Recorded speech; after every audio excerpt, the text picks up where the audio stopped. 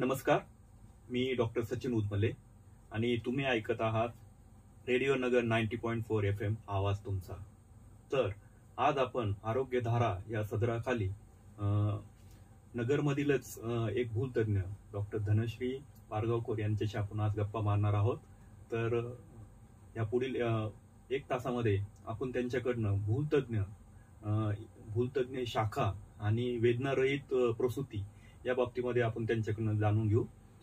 मी सुरुवातीला doctor Dhanashree madam यांचं खूप खूप स्वागत करतो. Welcome ma'am. मॅडम, सर्वप्रथम ऍक्च्युली मला ऐकायला आवडेल किंवा आमच्या सर्व श्रोत्यांना ऐकायला आवडेल की तुम्ही मूळच्या कुठल्या, तुमचं शिक्षण कुठे झालं आणि तुम्ही भूलतज्ञ म्हणून ही ब्रँच निवडण्यासाठी कशी सुरुवात केली, किंवा तुम्हाला का वाटलं की आपण या शाखेकडे जाऊ? मी मूळ नागपूरची तशी, आणि घरी म्हणजे माझं अख्खं शालेय शिक्षण तिथंच झालं. पुढे MBBS ला ऍडमिशन मिळाली. MBBS मी शासकीय वैद्यकीय महाविद्यालय नागपूर येथून केलं. आणि मध्ये एक असा लहानपणी असताना इन्सिडेंट झालाय की माझ्या आजीला मध्ये ब्रेस्ट कॅन्सर डायग्नोज झाला. आणि त्या काळात मी बरेच लहान होते, मी 7वी-8वीला असेल एक साधारण. आणि त्या काळात मला कळलं की कॅन्सर सारख्या मोठ्या आजारात किती त्रास होतो आणि किती पेन असतं. तेव्हा अॅनेस्थेटिस्ट कुठली पण प्रोसिजर करताना कसं तर पेन कमी करतं हे बघून मला फार कौतुक वाटलं होतं त्यांचं. अर्थात तेव्हा मी काही ठरवलं नव्हतं पुढे अॅनेस्थेटिस्टच व्हायचं असं. पण मग हळूहळू ऍडमिशन मिळाली MBBS ला. MBBSच्या शेवटच्या वर्षाला आले तेव्हा मला या अॅनेस्थेशियाबद्दल फारच कौतुक वाटायला लागलं की एखाद्या पेशंटला आत घ्यायचं, त्याला पूर्ण शांतपणे झोपवायचं आणि त्याची संपूर्ण शस्त्रक्रिया ही कशी व्यवस्थित सुरक्षितरित्या पार पडायची. आणि ह्या 2-3 इन्सिडेंटमुळे माझी फार इच्छा झाली की मी अॅनेस्थेशिया करायला पाहिजे पुढे. आणि अशाच पद्धतीने मग मी MBBS करून पुढे संभाजीनगरच्या गव्हर्नमेंट मेडिकल कॉलेजमधनं अॅनेस्थेशिया ही पदवी मिळवली. पुढे अॅनेस्थेशियामध्ये पण अजून किती डीप गोष्टी असू शकतात किंवा आपण किती व्यवस्थित सगळं आत जाऊन शिकू शकतो की एक नस आपण कशी ब्लॉक करू शकतो ह्याची मला माहिती मिळाली. आणि त्यासाठी मग मी कोइंबतूरच्या एक मोठ्या इन्स्टिट्यूटमधनं रिजनल अॅनेस्थेशियामध्ये फेलोशिप केली. सो हा असा सगळा माझा अॅनेस्थेशियाचा प्रवास होता, शालेय शिक्षणापासून तर आता शेवटपर्यंत. ओके. पण तुमच्या घरामध्ये कुणी डॉक्टर होते का, किंवा तुमच्या जे काही आपण म्हणतो नातेवाईक असतात की त्यांच्यामध्ये कुणीतरी भूलतज्ञ होतं आणि मग त्यांच्याकडनं आपण थोडेफार इन्स्पायर होतो वगैरे, असं काही? खरं तर माहेरचं माझं असं कोणी नव्हतं. तेव्हा तर मला आजीच्या पेनमुळे जरा बऱ्यापैकी वाटलं होतं की मी पुढे जाऊन डॉक्टर व्हावं आणि हे सगळं करावं. ती एक महत्वाची गोष्ट मला क्लिक होऊन गेली माझ्या आयुष्यात की पुढे मी हे करू शकते. पुढे लग्न झाल्यावर जेव्हा मी इकडे आले तेव्हा लकीली माझ्या सासूबाई गायनेकोलॉजिस्ट आहे, डॉक्टर अनघा पारगावकर. तर घरीच हॉस्पिटल असल्यामुळे घरी भरपूर पेशंट यायचे प्रसूतीसाठी. आणि त्यांच्या वेदना पाहून मला तेव्हा मात्र जाणवलं की आपण ही एक खूप सुंदर गोष्ट आहे ना, एका स्त्रीसाठी प्रसूती होणं किंवा आई होणं ही फारच सुंदर गोष्ट आहे. पण त्यासोबत त्या ज्या वेदना येतात त्यामुळे हल्ली मुली घाबरलेल्या असतात. सो ते कसं कमी करता येईल हे जरा मला सुचलं आणि पुढे मग ऑब्स्टेटिक अॅनेस्थेशिया ही कसं प्रॅक्टिस करता येईल यातही मी शिकले. ओके. म्हणजे आता आपण जसं जाणतो की MBBS मध्येच जेव्हा आपण शिक्षण घेत असतो तर त्यावेळेस MBBSच्या मुलांचं फारसं असं भूलतज्ञ व्हावं असा काही ओढा नसतो. मोस्टली सगळेजण गायनेक करावं, सर्जरी करावं किंवा ऑर्थो करावं असं हे असतं. तर तुमचं MBBSच्या प्रवासामध्ये असं काही प्रसंग होता किंवा ठरवलंच होतं की नाही मी फक्त अॅनेस्थेटिसच करणार आहे, असं काही होतं का? नाही, खरं तर मी नाही ठरवलं होतं. अगदी तेव्हा पण मलाही असं इतर मुलींना वाटतं तसं गायनेकोलॉजिस्ट व्हावं तसंच वाटत होतं. पण जेव्हा फायनल MBBS येता आमची पोस्टिंग लागायला लागली आणि जसं जसं मी ओटीत जायला लागले तेव्हा कळायला लागलं की ओटीचं वातावरण कसं असतं. आणि ओटीमध्ये पूर्वी काय असायचं, ओटीमध्ये सर्जन असतात एवढंच माहिती असतं. जेव्हा मी जायला लागले तेव्हा कळलं की ही सर्जरी सुखरूप आणि व्यवस्थितरित्या पार पडण्यात अॅनेस्थेटिस्टचा किती महत्वाचा भाग असतो. म्हणजे खरं तर सुरुवातच तिथून होते असं म्हणतात. म्हणजे अगदीच गेल्या काही दिवसात मी एक छानसा ऑडिओ ऐकला आहे. तर त्यात मी असं ऐकलं की ओटी हा मंदिराचा गाभारा का नसू शकतो आणि तिथे काम करणारे लोक हे अगदी देव नाही पण पुरोहित आणि महत्वाची माणसं का नसू शकतात.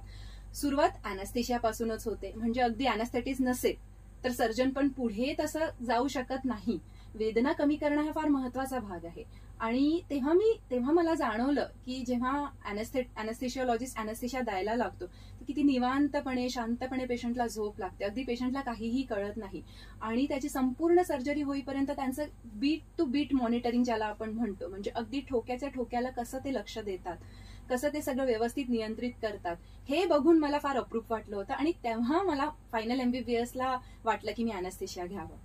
नक्कीच, कारण की आता आपण पाहतो किंवा वेगवेगळ्या माध्यमातून लोकांना पण जाणवतं की आजकाल खूप मोठे मोठे मेजर सर्जरीज होत आहेत. बायपास सर्जरी पण इतक्या सुखरूप होत आहेत की पहिले बायपास सर्जरी म्हटलं की लोकांना पुनर्जन्म झालाय असं वाटायचं, पण आजकाल तुम्ही पाहिलं तर एकदम शांतपणे लोक एकदम व्यवस्थित परत त्यांचं आयुष्य जगतात. मला असं वाटतं की भूलशास्त्रामध्ये जे काही प्रगती झालेली आहे किंवा भूलशास्त्र हे जसं डेव्हलप होत गेलेलं आहे, नवीन नवीन औषधं तयार झाले किंवा वेगवेगळ्या, तुम्ही आता मगाशी पण रिजनल अॅनेस्थेशिया हे तुम्ही कोइंबतूर मधून शिकलेत असं सांगितलं, तर अशा काही बऱ्याचशा गोष्टींमुळे देखील मला असं वाटतं की मेजर सर्जरीज खूप सुखरूपपणे होत आहेत. मॅडम, तुम्ही जे मगाशी म्हणाले की तुम्ही कोइंबतूर मधनं रिजनल अॅनेस्थेशिया हे शिक्षण घेतलं, त्याच्या बाबतीत थोडंसं विस्तृत सांगाल का आपल्या सगळ्या श्रोत्यांना? नक्कीच. अॅनेस्थेशिया हे 2-3 प्रकारचे असतात. तर त्याच्यात एक general anaesthesia, regional anaesthesia, local anaesthesia असे टाइप्स असतात. तर आता पूर्वीच्या काळी असं व्हायचं की कुठेही सर्जरी असू देत, हाताची असू देत नाही तर पायाची असू देत, आपण संपूर्णच भूल द्यायचो. हळूहळू ते प्रगत होत गेलं आणि फक्त तेवढ्याच भागाला कशी भूल देता येईल ह्याचं इन्व्हेन्शन झालं बेसिकली.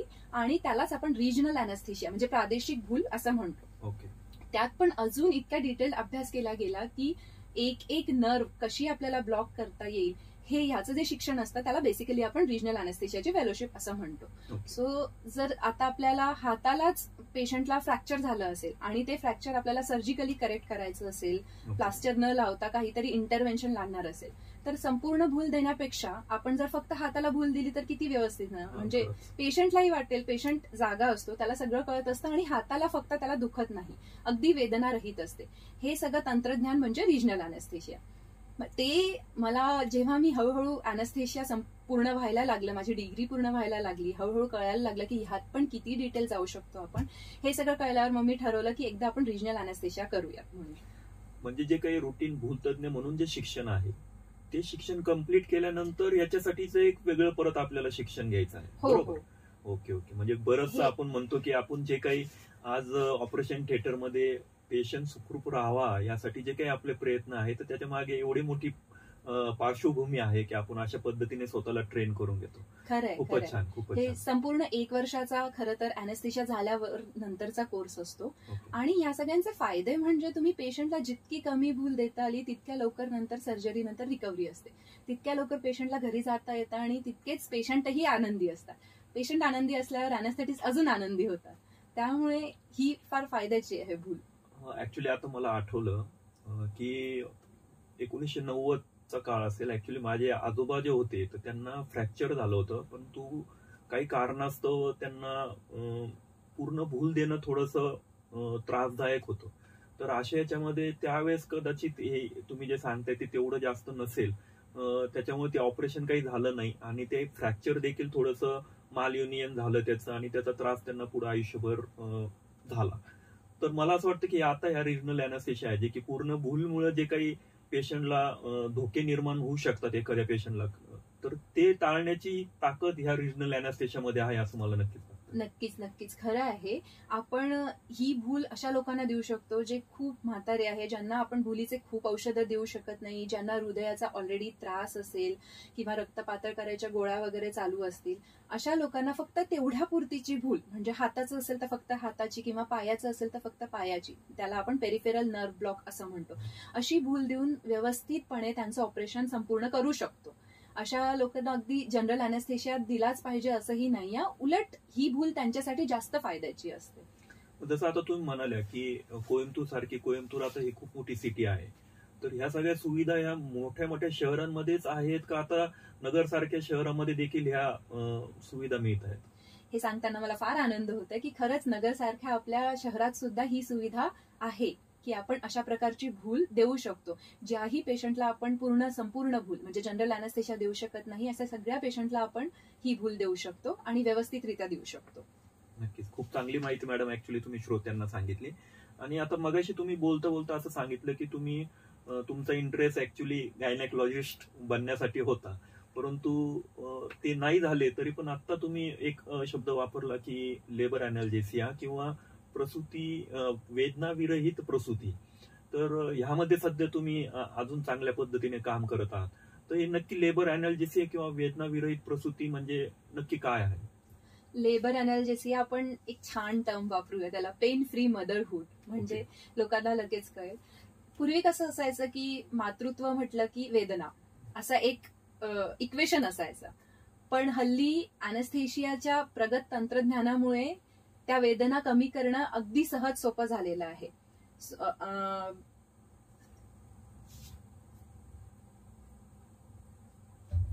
भूलशास्त्रामुळे प्रसूती नैसर्गिक पद्धतीनेच पण आरामदायकपणे करता येतं. यासाठीची जी सर्वात प्रभावी पद्धत आहे त्यालाच आपण लेबर अॅनाल्जेसिया असं म्हणतो. तर लेबर अॅनाल्जेसिया दिल्यावर म्हणजे आपण काय करतो की पेशंटला कमरेतून एक सुई लावतो, छोटी सुई असते, त्यातून एक नळी घालतो, ज्याला आपण एपिड्युरल कॅथेटर असं म्हणतो. बेसिकली लेबर अॅनाल्जेसियाला एपिड्युरल अॅनाल्जेसिया असंही म्हणतो. आणि त्यातनं आपण भुलेचं औषध देतो. ते भुलेचं औषध इतकं प्रमाणात असतं की आईला वेदना होत नाहीत, पण बाळाचा जन्म अगदी सुखकर, सुखरूप आणि नैसर्गिक पद्धतीनंच होतं. त्यात आई जागी असते, बाळाचा जन्म झाल्या त्याला स्पर्श करू शकते, त्याला जवळ घेऊ शकते. हे सगळं ह्या आपण लेबर अॅनाल्जेसियामध्ये करतो. ओके.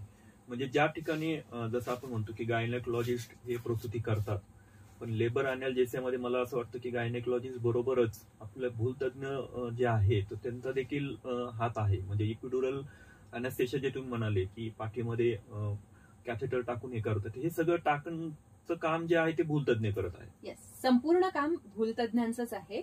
खरं तर अॅनाल्जेसिया, लेबर अॅनाल्जेसिया ही पूर्ण प्रोसिजर हे भूलतज्ञच करतात. गायनेकॉलॉजिस्टकडे बेसिकली पेशंट येतो, आपण त्यांना एक्सप्लेन करायचं काय असतं, पण जे पूर्ण प्रोसिजर असते ते भूलतज्ञ करतात. आणि औषध किती प्रमाणात द्यायचं, कसं द्यायचं, कारण ते किती जास्त दिल्यावर काय त्रास होऊ शकतो किंवा त्याचे काय इफेक्ट्स आहे, काय साईड इफेक्ट्स आहे, हे सगळं बघायचं काम. आणि संपूर्ण प्रोसिजर होईपर्यंत आणि शेवटी प्रसूती होईपर्यंत अॅनेस्थेटिस्ट तिथे असतो.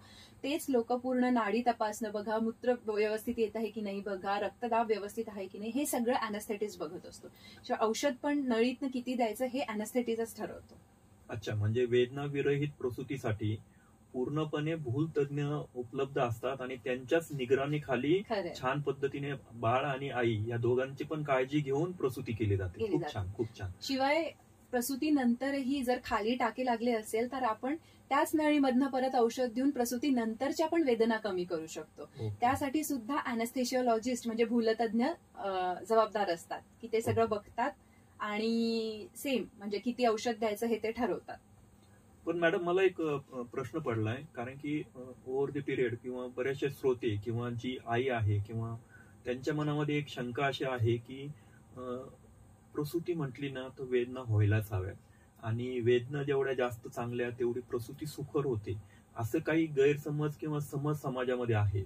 पण आता तुम्ही जसं म्हणाले की तुम्ही पूर्ण पेनच गायब करतायत, पण मग ती नॉर्मल डिलिव्हरी होते का? म्हणजे त्याचं कसे चान्सेस आहेत? किंवा मला असं प्रश्न विचारायचा की जी नैसर्गिक पद्धत आहे डिलिव्हरी होण्याची, त्याच्यावर काही हा तुमच्या वेदनाविरहित किंवा लेबर अॅनाल्जेसियाचा काही दुष्परिणाम किंवा परिणाम होतो? अगदी नैसर्गिक पद्धत ही नैसर्गिकच असते.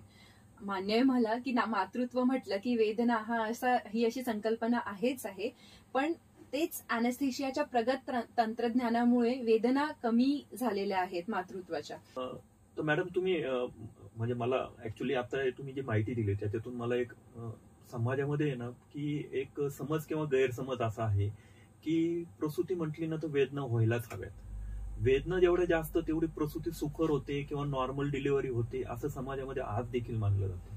पण आता तुम्ही मगाचपासून जे सांगताय की आम्ही पेन कमी करतो, तर मला असा प्रश्न विचारायचा आहे की नॉर्मल डिलिव्हरी किंवा डिलिव्हरी होतासाठी वेदना असल्याच हव्यात का? म्हणजे ती प्रोसेस जे म्हणतो नॅचरली नैसर्गिक पद्धतीने डिलिव्हरी होण्यासाठी मला असं वाटतं की तुमच्या बोलण्यातनं असं वाटतंय की वेदना आणि नॉर्मल प्रसूती याचा डायरेक्टली काही संबंध नसावा. तर त्या बाबतीत थोडंसं मॅडम नक्कीच नक्कीच सांगेन मी की आपल्या समाजात आहे अशी संकल्पना की मातृत्व म्हणजे वेदना होणारच. बेसिकली त्यांना असं वाटतं की वेदना नाही झालं तर कदाचित बाळ ढकलायला किंवा बाळ खाली यायला त्रास होईल, तर ते तसं नाही आहे. आपण वेदना कमी करणं म्हणजे नेमकं काय, तर ज्या वेदनाचे सिग्नल्स असतात ते आपण मेंदूपर्यंत पोहोचू देत नाही, असं औषध आपण त्या एपिड्युरल कॅथेटर मधून देतो. हे फक्त वेदनांचं सिग्नल पोहोचू देत नाही, पण स्नायू त्यांचे काम करतच असतात. त्यामुळे बाळ खाली येण्यात काहीच प्रॉब्लेम नसतो. ही पद्धत नैसर्गिक असते आणि अगदी नैसर्गिकच पूर्ण होते, यात काही शंका नाही. ओके, म्हणजे नॉर्मल डिलिव्हरी होण्यासाठी जे स्नायूंच्या हालचाल व्हायला हवी आहे, तर त्या स्नायूंच्या हालचालीमध्ये आपण कुठलाही फरक पडत नाही. फक्त ते स्नायूंच्या हालचालमुळे किंवा बाळ खाली सरकताना जो काही मातेला वेदना होते, तर ते वेदना थांबवण्याचं काम आपण करतो. खूपच छान, खूपच छान मॅडम. मॅडम, समजा आता एखादी महिला प्रेग्नंट आहे, तर प्रेग्नंट असलेल्या महिलेने समजा तिला लेबर अॅनाल्जेसिया घ्यायचा आहे किंवा तिला प्रसूतीच्या वेळेस वेदना विरहित प्रसूती करून घ्यायची, तर तिने काय करायला हवंय, म्हणजे कुठल्या महिन्यामध्ये किंवा काय काळजी घ्यायला हवी, त्या बाबतीत काय सांगाल का? विशिष्ट अशी खूप काही काळजी वेगळी नसते. खरं तर ही भूल आपण सगळ्याच मातांना, होऊ पाहणाऱ्या मातांना देऊ शकतो. काहीच गोष्टी असतात ज्यात ही भूल आपण टाळतो, जसं की त्या मातेला किंवा त्या मुलीला हृदयाचा काही मोठा आजार असेल किंवा रक्त गोठत नसेल असला काही विकार असेल किंवा पाठीवर काही संसर्ग असेल, अशा काही गोष्टींमध्येच आपण ही भूल टाळतो. नाहीतर बहुधा सगळ्यांनाच आपण ही भूल देऊ शकतो. शिवाय आमच्यात एक कन्सेप्ट असते प्री अॅनास्थेटिक चेकअप म्हणून, म्हणजे जी मुलगी ऑलरेडी रेडी आहे लेबर अॅनाल्जेसिया घ्यायला, तर साधारण 8व्या किंवा अगदी 9वा महिना लागला की आम्ही त्यांना एकदा तपासून बघतो. त्यांचे सगळे लॅबोरेटरी म्हणजे रक्ताच्या तपासण्या व्यवस्थित आहे की नाही, प्लेटलेट काउंट जे आमच्यासाठी फार महत्वाचं असतं की जे कमी असेल तर आम्ही ही भूल देऊ शकत नाही, ते व्यवस्थित आहे की नाही हे तपासून बघतो. आणि सगळं अगदी व्यवस्थित असेल तर बहुधा सगळ्याच मुलींना आपण ही भूल निश्चितपणे देऊ शकतो. अच्छा, म्हणजे फारसे काही कुठले कॉन्ट्रा इंडिकेशन नाहीयेत वेदना विरहित प्रसूतीसाठी. फक्त त्या महिलेने किंवा जे आता माता होणार आहे, तर तिने त्यांचे जे काही गायनेकॉलॉजिस्ट असेल तर त्यांना एकदा सांगावं की मला ही पद्धत करायची आहे, की जेणेकरून काही 8व्या किंवा 9व्या महिन्यात जसं तुम्ही म्हणाले की त्या महिन्यामध्ये भूलतज्ञ देखील त्या पेशंटला पाहिल आणि रेडी राहील.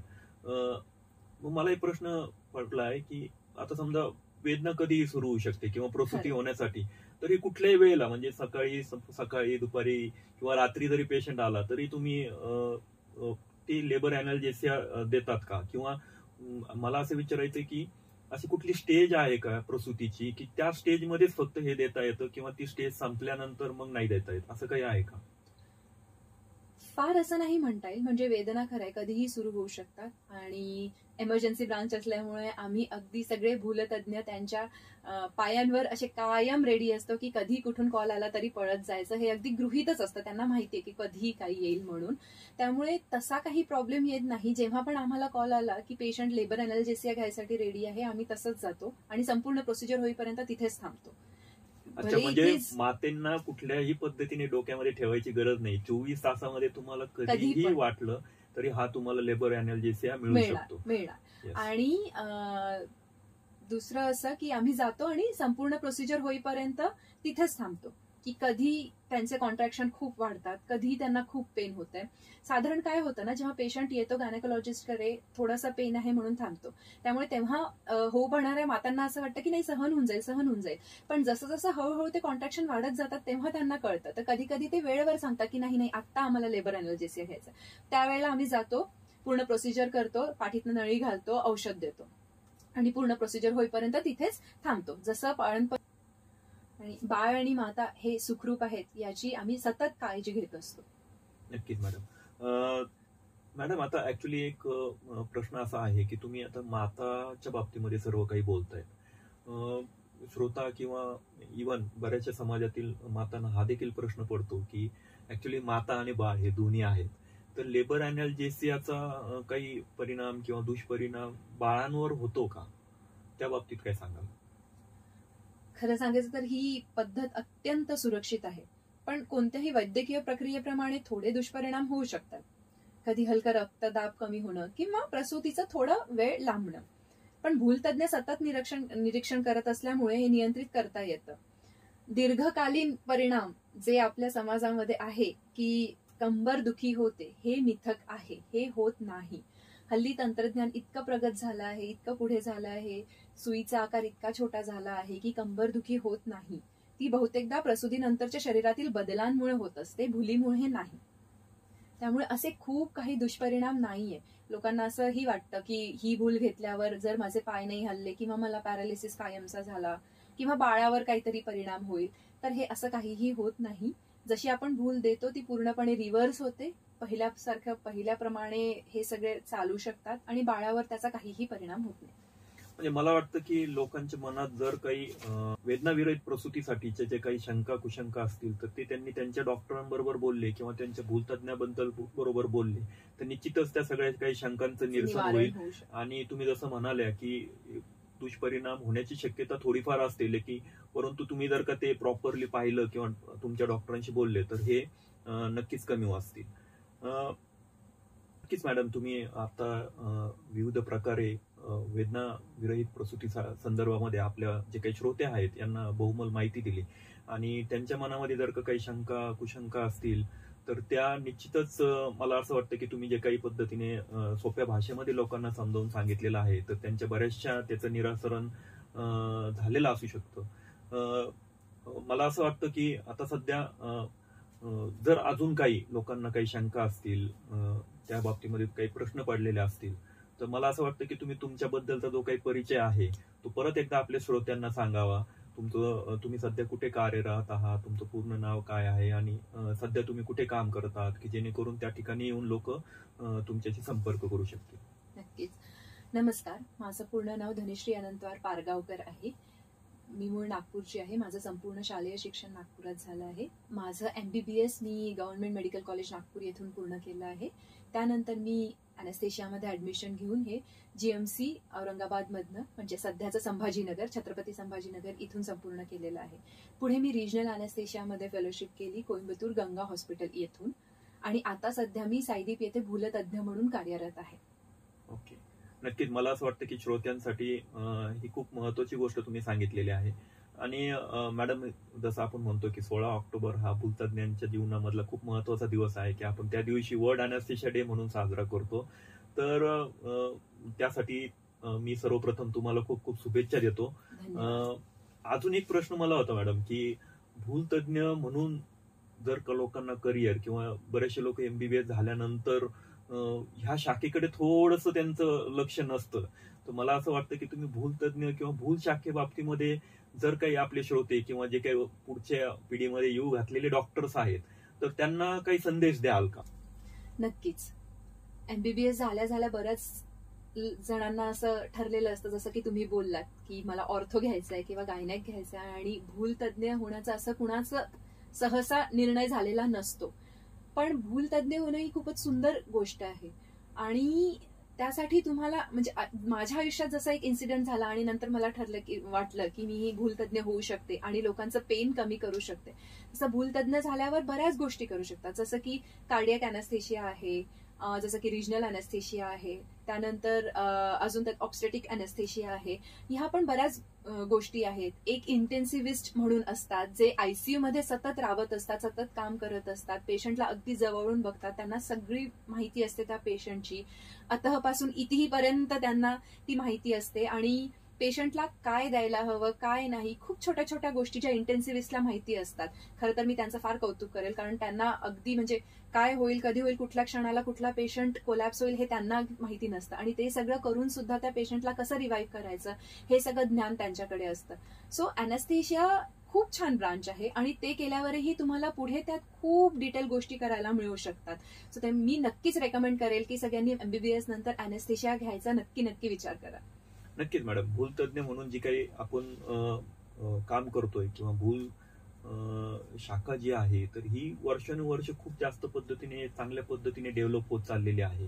त्याच्यामध्ये नवीन नवीन गोष्टी येत चाललेल्या आहेत आणि त्याचा खरंच डायरेक्टली चांगले परिणाम हे पेशंटवर त्यांचे ट्रीटमेंटमध्ये नक्कीच होतोय. जसं की तुम्ही वेगवेगळ्या पद्धतीचे ब्रँचेस सांगितले की त्याच्यामध्ये पण भूलशास्त्र आणि भूलतज्ञांचा खूप मोठा वाटा होत आहे. तर नक्कीच मॅडम, मी पण सर्व श्रोत्यांना सांगेल की त्यांचे जे काही किंवा जे काही उद्योन्मुख डॉक्टर जे येत आहेत तर त्यांनी नक्कीच मला वाटतं की एमबीबीएस पासूनच भूलशास्त्राकडं किंवा भूलशास्त्राकडं एक चांगलं यांनी पाहावं आणि ह्या शाखेमध्ये प्रवेश घ्यावा. नक्कीच मॅडम, खूप छान पद्धतीने तुम्ही आपल्या सर्व श्रोत्यांना माहिती दिली. मी परत एकदा तुमचे खूप खूप धन्यवाद मानतो.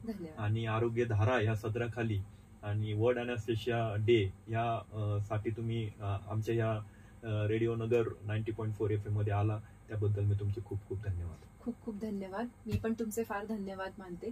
अॅनेस्थेशिया बद्दल मला ही जनजागृती करता येते आहे, त्याबद्दलचं अवेअरनेस करणं फार गरजेचं आहे.